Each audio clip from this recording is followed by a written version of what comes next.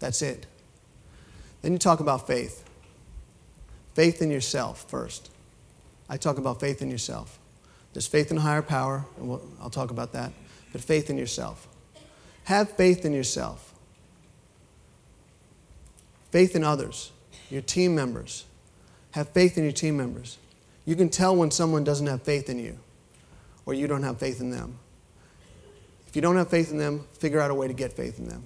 If they don't have faith in you, figure out a way to get faith in you. Because you're all in a profession that's a profession of givers, of care partners, professional care partners. And it's real important that you realize that. Faith that your life has purpose. I don't have to speak too much about life having purpose. Your life has purpose.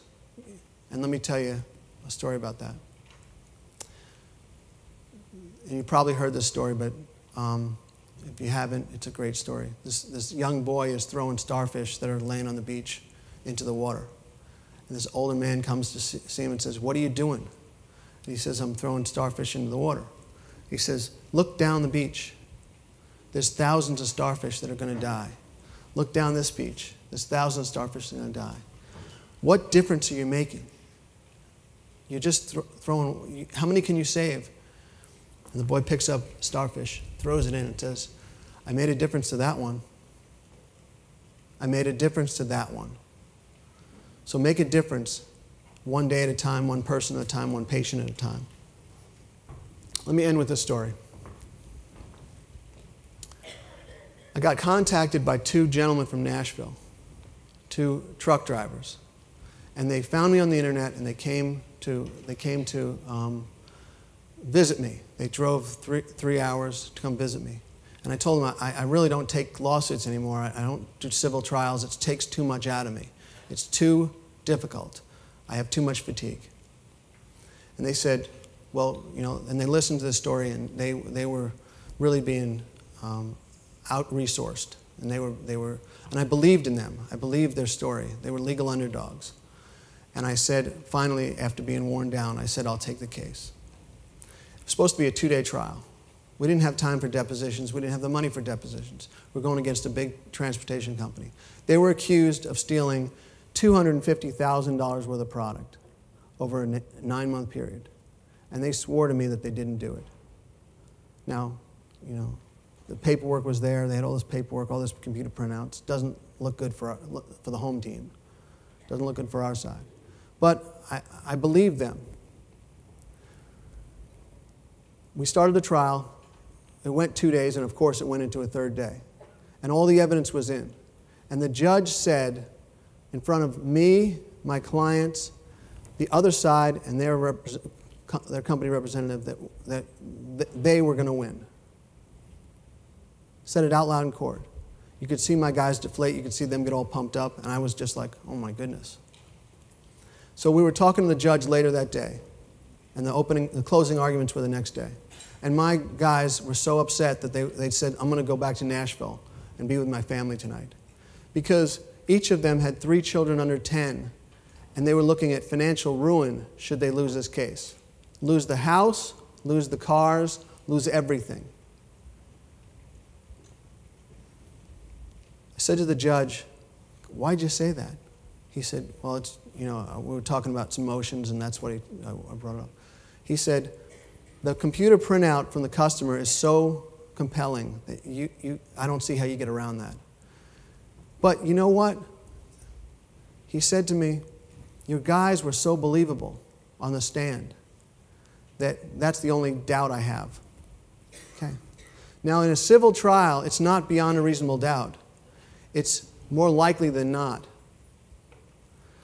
So I went home that night and did every one of my 12 steps. I put out effort. I got prepared. I got intense. I had faith. I used all my resources. I used all the experiences I had. And I wrote a closing argument. Now, I was supposed to meet my two clients for breakfast the next morning. I didn't even know if they were going to show up. It's not a criminal trial. They don't have to show up. It's just a civil trial. I get to the restaurant, and they're there. I come up to the first one. I give him a hug, and I said, we won. And he said, What do you mean we won? Did you hear from the judge? Did the judge, I thought you said the judge doesn't decide this case, the jury does. I said, I know. We won. He said, you're not saying we're probably going to win. You're not saying we might win. You're saying a good chance we'll win. You're saying we won? I said, we won. I had a total end vision of winning that case, of the judge reading the verdict in our favor. My other guy says to me, well, what's your closing argument? I said, you've got to hear it live like everybody else. I'm not doing it twice. Went into court. I started addressing the jury. I quoted Miracle on 34th Street, Pretty Woman, Jerry Maguire, and my cousin Vinny. I'm not making this up. I have it on videotape. Looked in the jury's eyes, worked with them, went through each scenario and said, first I said, this printout is just, I don't see how to get around it. And they're looking at me like, are you crazy? And then I started talking about what theories I had and I said, this theory, well, that doesn't work. This theory, that doesn't work. And I put together information that helped them come to the right decision. We sat there, and my clients were not well, didn't know the legal system very well. Sat there, and when the judge read the verdict, one of them looked at me and said, what does that mean? And I said, we won. We hugged it, everything. That wasn't the most important part. I haven't told you the most important part yet.